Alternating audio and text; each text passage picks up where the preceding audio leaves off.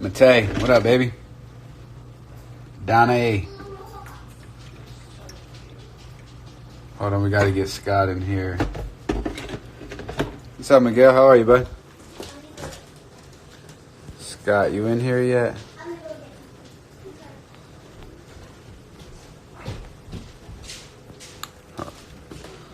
Raymundo. Tacoma. Elon's back. Hold on, we gotta get Scott. Oh, there you are, Scotty. All right, bong.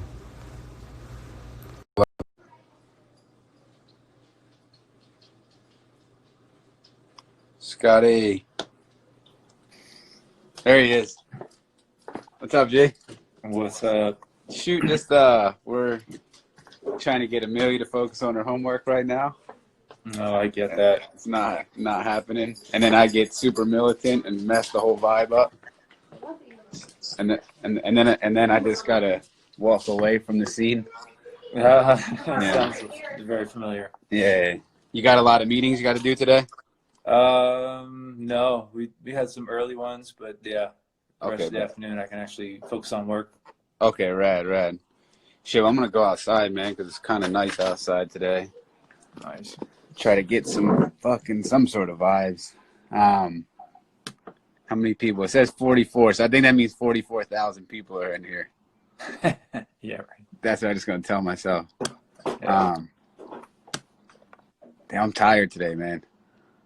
Yeah. I just can't. I'm like stuck in a vortex, man. These days, if I hear the crazy noise out on the street, I like get on high alert. I look out. I'm like, just ready for something that might be popping off. I'm just a little more paranoid than that's before. what it is. Yeah, that's funny that you say that. This morning I heard we have an older El Camino that's really loud, and I heard like a loud engine going early in the morning, and I jumped up and I looked out the window and I was like, all right, it's not running right now, but I'm afraid one day someone's gonna try to swipe it. Yeah, I hear you. Let me see if I have the questions I asked for you, Scotty. Cool. All right. Where we at?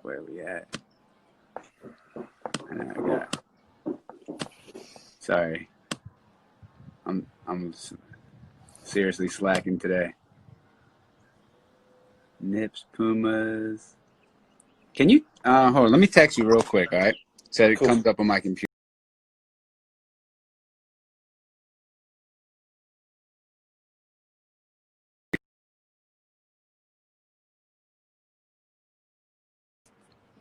All right, there it is.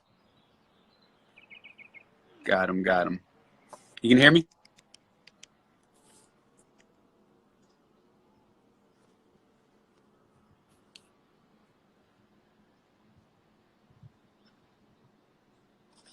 Scott, all right, there it is. Sorry, my bad. It froze for a second.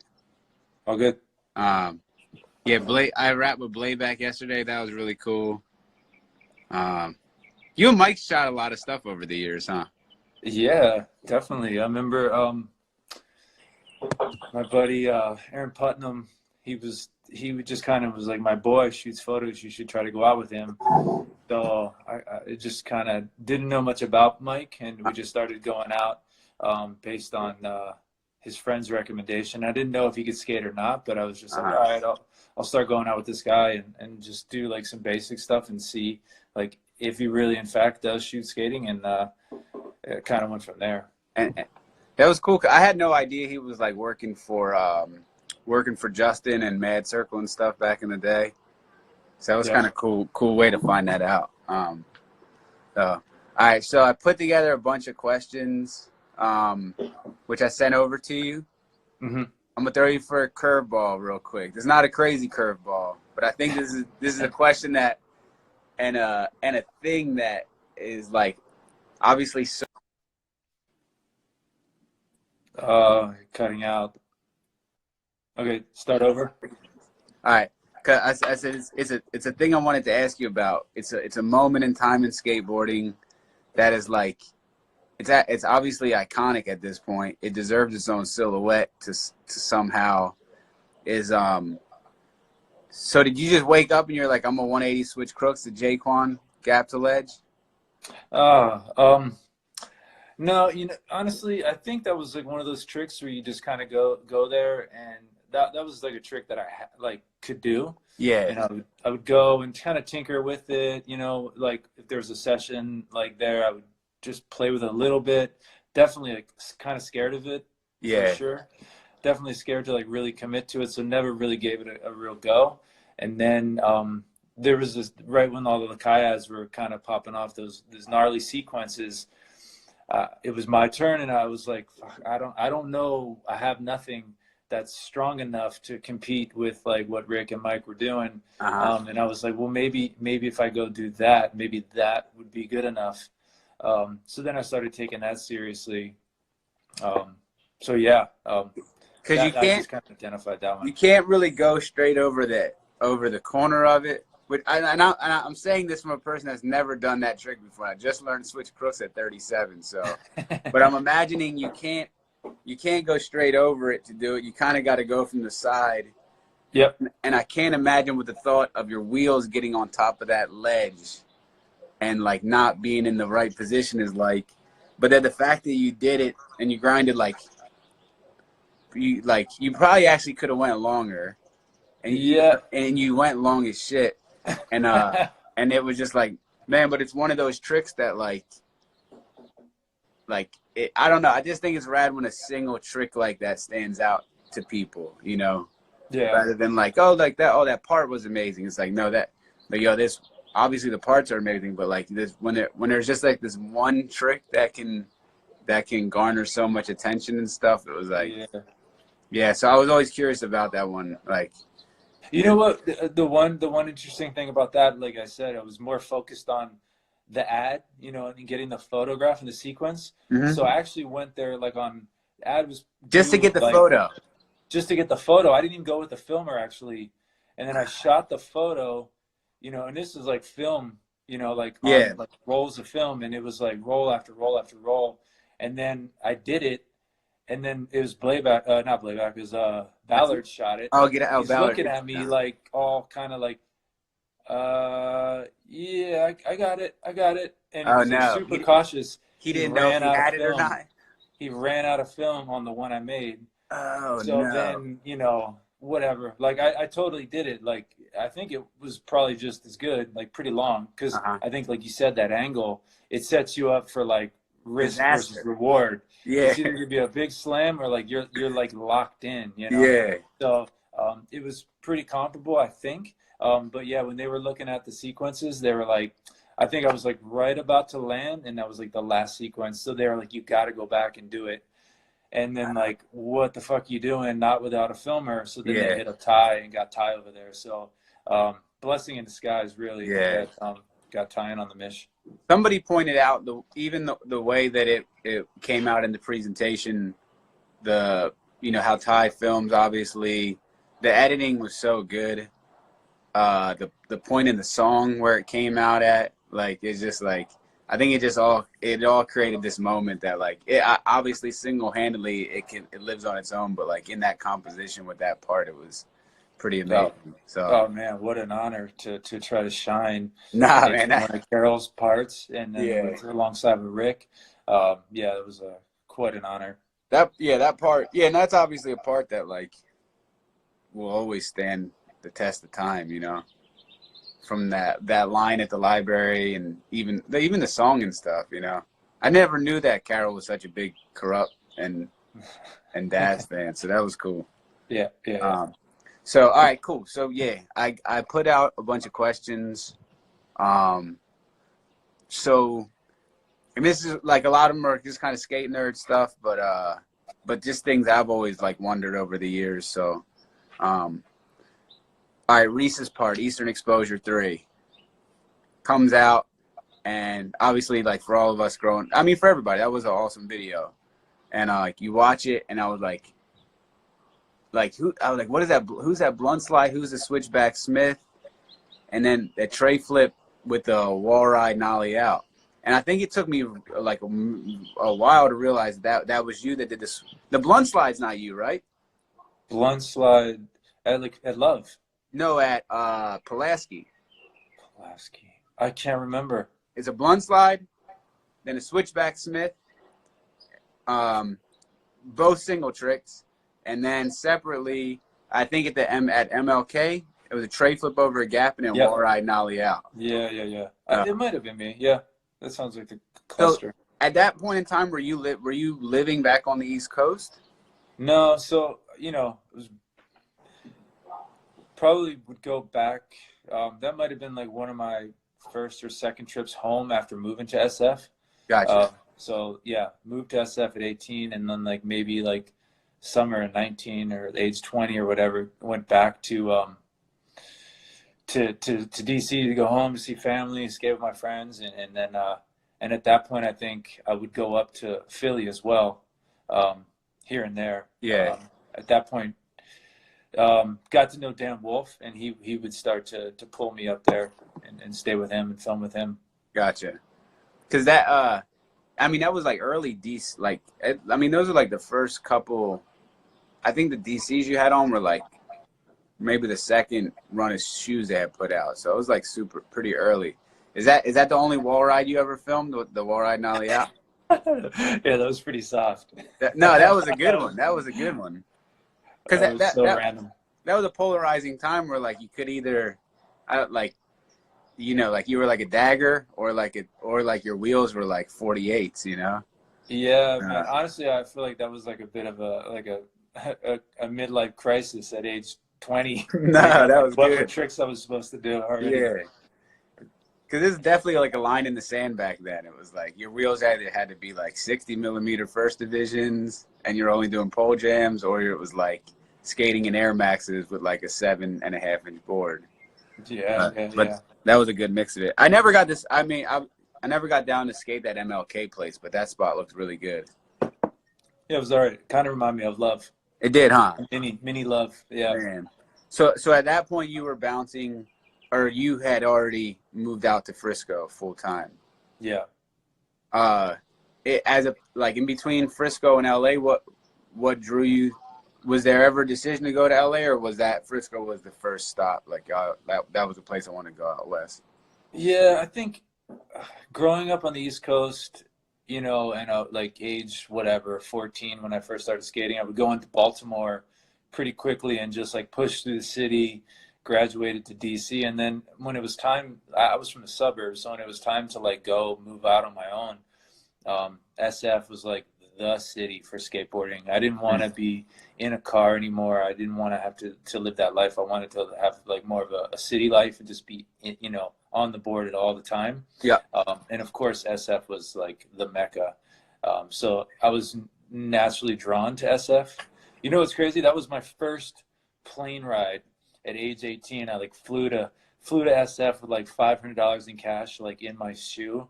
No sponsors or anything at that point? At that point, I was like, I was sponsored by Venture and Think. I'll get so out of that here. was also drawing me to SF as well, because SF brands.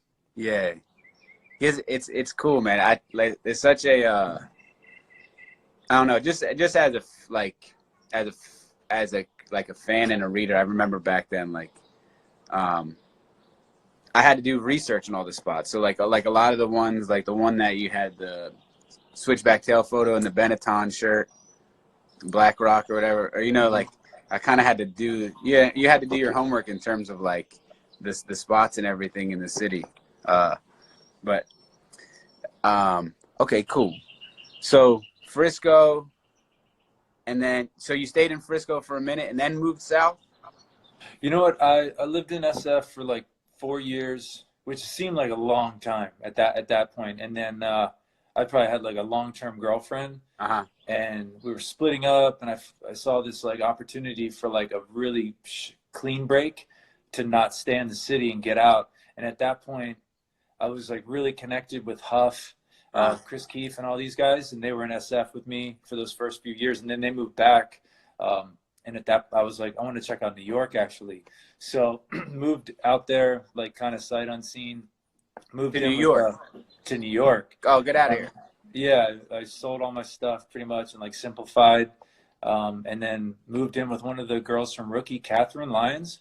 Yeah. And then, I did like a little stint in New York. It was only like 7 months because I think I moved there in like September or something. And by like January, February, I was like, I got to get out of here. It was like cabin fever, similar to what we're going through today. Like, Yeah. was not skating. I was stuck indoors, and I was connected with Dimitri actually a lot at that point, Eliaskovich. Yeah. And he's from New York, but he's living in LA, and he's just like, what are you doing in New York, man? Like, come hang out in LA. Come stay with me. You can live with me for a bit. We'll figure it out. And at that point, everyone from SF was like migrating down. So instead of going back to SF to find my friends, I was like, all right, I'll go check out LA. Yeah. And at that point, you weren't. This is post Mad Circle then, huh? No, I moved to LA. Luckily, I moved to LA. Maybe the last year of Mad Circle's existence. Okay. So I kind of went there, continued. I finished up that 5 Flavors video like in LA, and then that helped definitely put me in the right place. So I was skating with all the Girl and Chocolate guys. So when Mad Circle defunct, that like Mad Chocolate was like my #1 like brand to try to get on. Yeah. Oh, that's cool. So Frisco, New York, and then LA. Yes. Gotcha. When that line that you had in the Mad Circle, in the industry section in 411, I love the shovel heel flip and then a blunt slide to fakie. Yeah. When was that? Do you know? Or was that just like a random like Mad Circle trip or? No, it would have been like it probably would have been me going there to like hang out with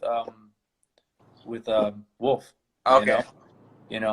I early on, like when I was like skating DC, the first city I would venture out to, we never went as far as New York, but we would go to Philly, and somehow Philly like embraced us, and that was before.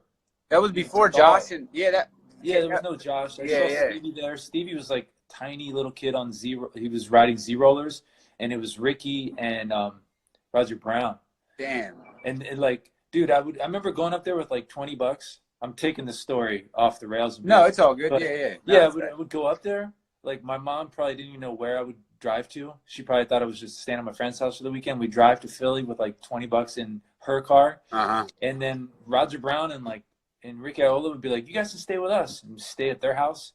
So it was like, that's early incredible. On, like I definitely found a love for Philly and skating love. Before it was like super famous. It was still a huge scene before it was known. Yeah. So going back, I knew to go back to skate those spots. And when Dan Wolf was there and he's like, "Yo, come stay with me. Come see." I'm like, "Yeah, for sure. I love it. Skating Philly."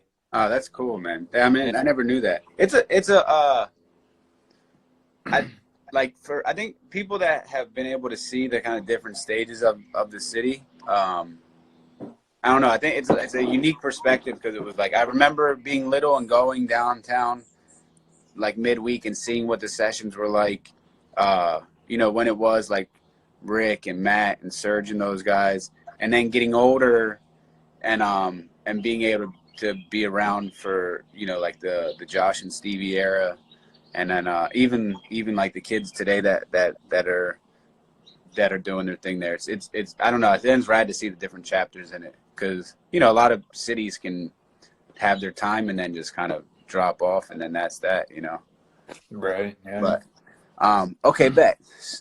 All right, the third one. The Stussy Skate Program.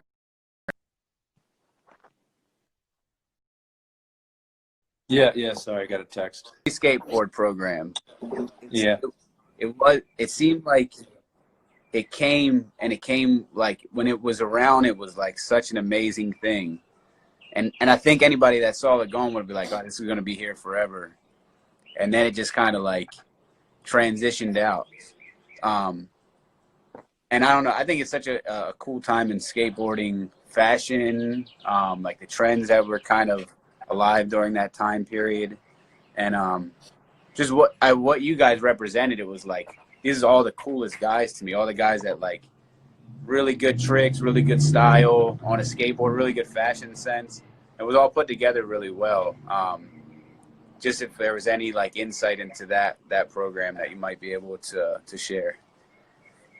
I mean, honestly, it was pretty interesting how that came about. I don't think it was really too strategic. I think it was like-minded dudes and like riders, like Richie might have been one of the first guys on. Uh-huh. And then Richie, I'm like, yo, what's up, Richie? What's up with that? He's like, yeah, you're down? Yeah, I could introduce you. And then Huff's like, what's up with that? And I'm like, oh, yeah, you should be down. And then talking to Abe, and it was just like literally like a thread from friend to friend to friend. Get out of But here. I think it's like, again, it's still all these guys that are all kind of already skating together naturally and having this mutual respect Mm-hmm. that it naturally built itself up the way that it turned out. And it wasn't like, the most, I don't know, like this show-stopping kind of guys, but it was like I would say like guys with style and like guys with like that charisma. Yeah. Yeah, it was definitely funny though. Like I remember getting on, like going down there. Richie's like, "Hey, you should come down," and I go down, and I like Robbie Jeffers. He like kind of put the team together, and I like came in. He brought me to like a conference room and like sat me down for like it was like a job interview. Yeah. I was like, looking back at that today, I was like, pretty funny process, Yeah. But again, they weren't, they were in the style of skateboarding, but they never really ran a skate department the way skate departments are run, So that's probably why came in, it was really strong. They put a lot of money and a lot of hard energy into it, but it wasn't like something that they built their company on. So when the energy kind of went away, it kind of went away with the energy, I would say. Gotcha. Yeah, it was Plahowski. I would always bug Plahowski for stuff, but the whole team was rad, man. It was, what, you, Richard, Danny, Ave, Plahowski, Lance was a part of it too, right? Yeah, I feel like he came in a little later, but yeah, Huff, probably missing some other people. probably missing somebody, which is really bad. But yeah. But it was good, yeah. Eldridge, yeah. Incredible traveling, yeah. Yeah, that was super good. What's funny was when I had first got on aesthetics, Sal goes, well, what companies do you want to skate for? And I was like, at that point, I think Nike had just started, and Stussy was going, and I was like, yeah, I want to ride for Stussy and Nike. He's like, all right, I'm friends with Robbie Jeffers. I'm gonna take you down there. And similar fashion, he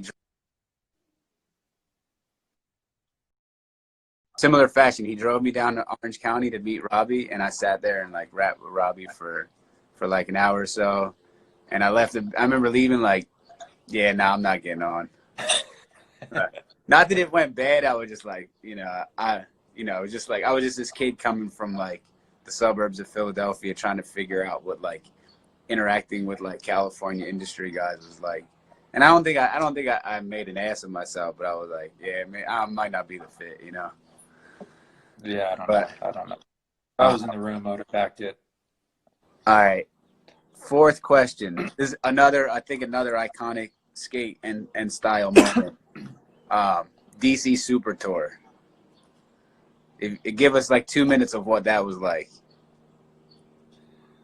Oh man. The jerseys, the shorts, the energy. Nothing will ever match that in skateboarding. Nothing ever will. Like these companies could pour $1 million into recruiting the best dudes and designers to match it, and no one could ever recreate that moment. So what was that like, living in that and being part of it? What's crazy, as like put together it was, with those jerseys alone kind of just created this crazy like this energy that everyone stepped up. Like everyone played the role. Like Rudy did not want to wear the jersey. Like there's dudes like Rick did not want to wear the jersey. Because it's so anti of what we know. 100%. But everyone did. Everyone did. And then I think there was the demos, like they went off so hard, but there was like this weird element about the demos where somehow like the first demo, I think that tipped it off so hard, because we got there, we get into this arena space that like no one can be in. So we're in there, kids aren't there, so we're able to start skating and no one's in. And I've never seen a demonstration, like a demo pop off like that, where you're like there, you're skating, everyone's warming up, everyone's like feeling good, like popping off, like getting to know the stuff. And they're like, all right, stop. And everyone stops and all the kids come in. And then we come back in to act as if we had just got there. And it was just like it was like 30 minutes of just hammers, hammers, hammers, and it was done. It was like the fastest demo you'd ever seen. Get out of It's here.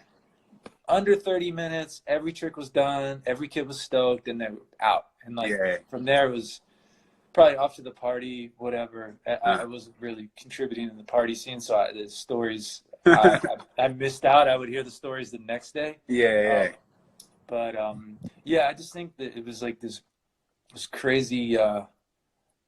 I don't know, just timing on everything. That could have been a video in itself. It's like let's remember, like the clip comes on. It's like the shot, it pans everyone kind of joking with the uniforms on, and then the song, the skating. Like I feel like for everybody that was there, I mean, it was a pretty big team at that time. Like everyone was like on like an upward trajectory with what they were doing on a skateboard, and you saw it, man. He was like, just I don't know, shit. When I think of like Huff doing like the ollie backside 180 to like switch backside 50 on that Euro, it's like a Euro bump to ledge, like, you know, it just, I don't know, it was like a perfect storm of talent and steez, man, you know. But okay, bet. Yeah, dope. All right, we did that one. All right, I put the 180 switch crooks in the beginning. I had asked you favorite non-skate brands. Something dawned on me this morning though. There was an era in time where skating had like clothing brands. You know, like they didn't sell shoes, they didn't sell boards, they just sell clothing. You know what I mean? Like, I feel like that's not as like, if they do exist now, they're more like streetwear / companies. But during a time of like Edward Sebastian and 40s and shit like that, if any of those, are there any of those brands that stand out when you think back on that you might have really enjoyed? Within skate? Within skate, yeah. You know, like no one outside of skate knew who the fuck Edward Sebastian was or 40s, you know, like. And when I think about them in retrospect now, I'm like, man, those were amazing brands, you know? Yeah. I don't know. I think it would be Elwood, actually. Elwood, yes, yeah. Yeah. I mean, and I had to, I feel bad.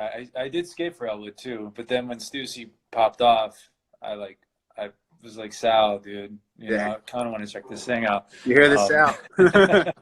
But, yeah, from Elwood, I always liked everything Sal did. Yeah. Sal's got a good perspective, man. And it's one of them things, you kind of either get it or you don't get it, you know? Yep. And if you don't get it, you can't quite explain it, you know? I would just sit in those offices when I was younger and just be like, what the fuck are these guys talking about? Just go with it, you know? I think it was the crew, though, between Luciano and Palmer and him. Hell yeah. Collective, yeah. Yeah, Lucci, Aronovich.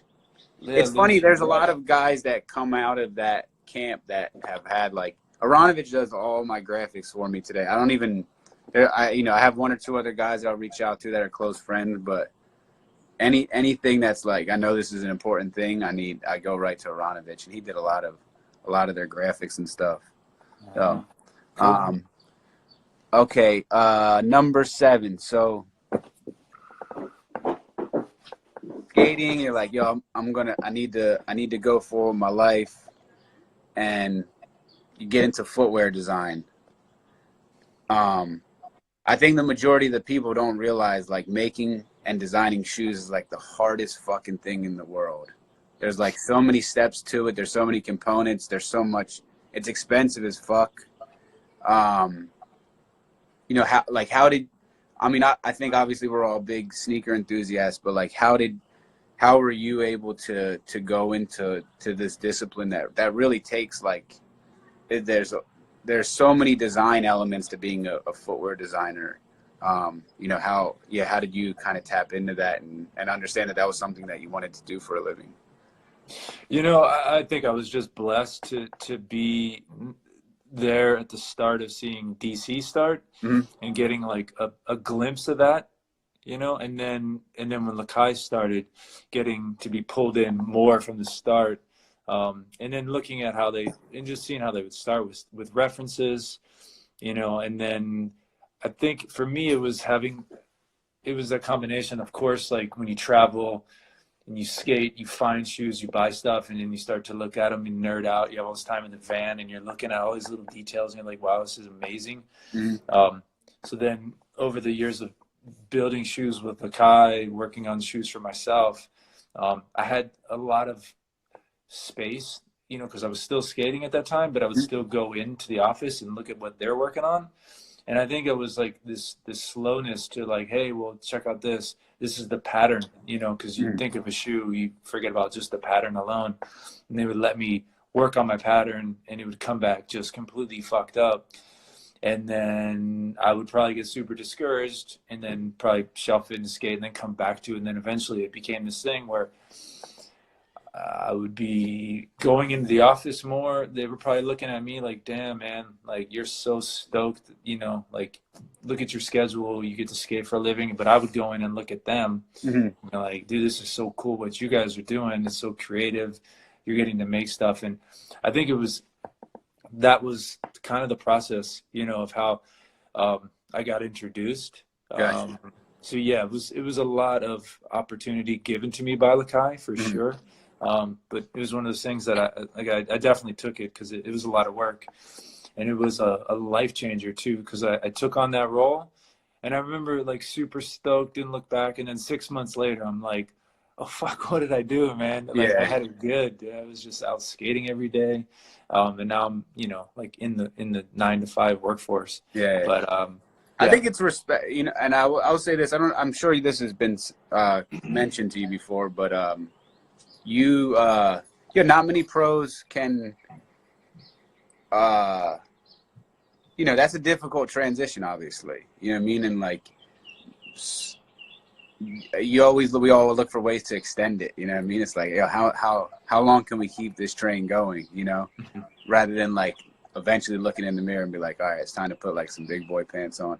But there's only like a handful of guys that have, I don't know, to me, that I know that were the dudes that I like, that like just turn the chapter in such a respectable way, man. So I hope you know that. You know, I appreciate it. It was like, it was so commendable and graceful, and like, yo, you know, like, I did this, I want to do this now. You know what I mean? Like, like a lot of us like, yo, fuck it, I'll make some compromising decisions right now to fucking, you know what I mean? But to me, is it those compromising decisions, are those because you love skateboarding, or you're just afraid to move on? Because if you love skateboarding, you got to keep it intact. It was kind of like my love for it, and why I had to like let it go. Because, I mean, I'll still skate and I still love it, but if I can't do it to the level that I want to, and if I'm a pro in the way of another young kid that could be coming up, that I'm in the way of his future, I need to move on to my future so they can have their future. And I look at those, I know that it was super hard, you know, like I look at people with that struggle, and for me, I want to be a role model in that sense. Like, I really thought about it, and I always thought about like the situation that like a lot of guys, like specifically Rick and Mike, like where you basically employ all your friends, you know, and then years later, you know, it's just like you're surrounded by 40 of your friends that they're all relying on you for their income, and how tough of a situation that is for them. Man, hell yeah. I can't even imagine the weight, you know. Of course they want to be surrounded only by their friends, but again, like, these are things that have to evolve and move on, and I definitely want to preserve that and protect that.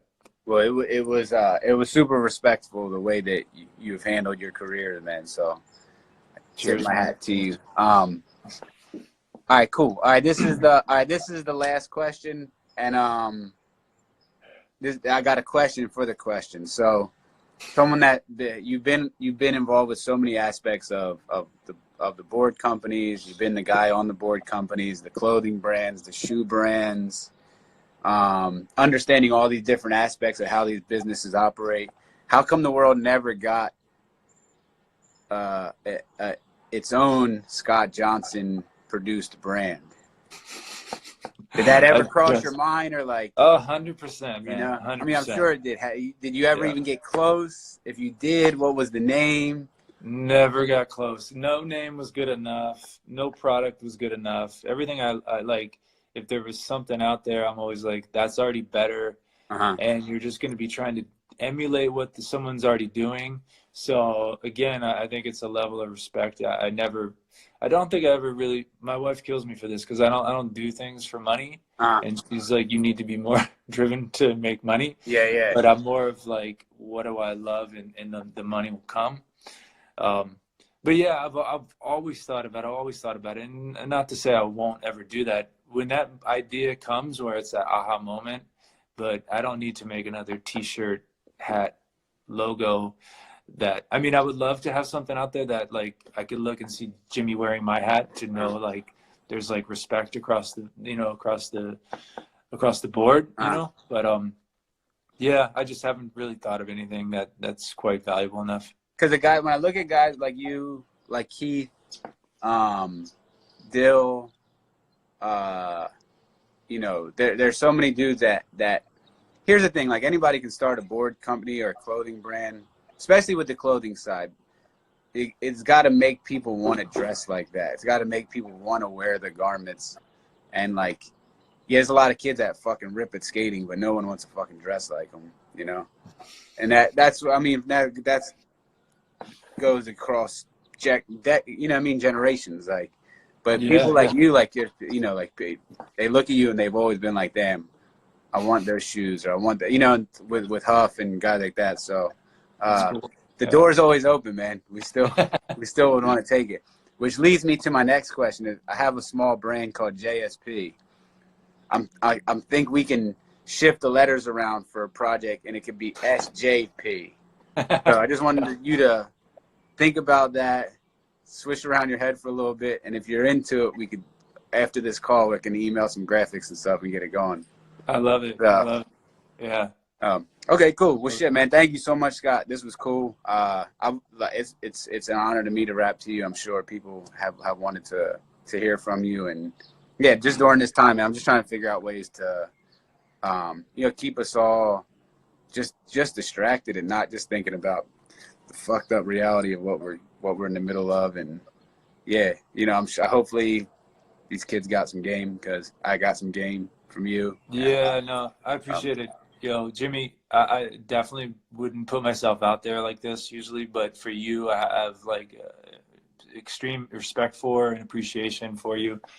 So yeah, I just see this as an awesome opportunity to rap out. Thank you so much, man. No, yeah, it's an honor, man. Like having Mike on yesterday, people like yourself, because you are the guys that I grew up looking up to, and everything that I do now is in terms of like product or company, whether it's my company or other companies, it's all rooted in the things that you guys showed us growing up. And I just always want to tell the people that inspired me, thank you. So no, I appreciate that. So cool, man. Well, shit, stay safe up there.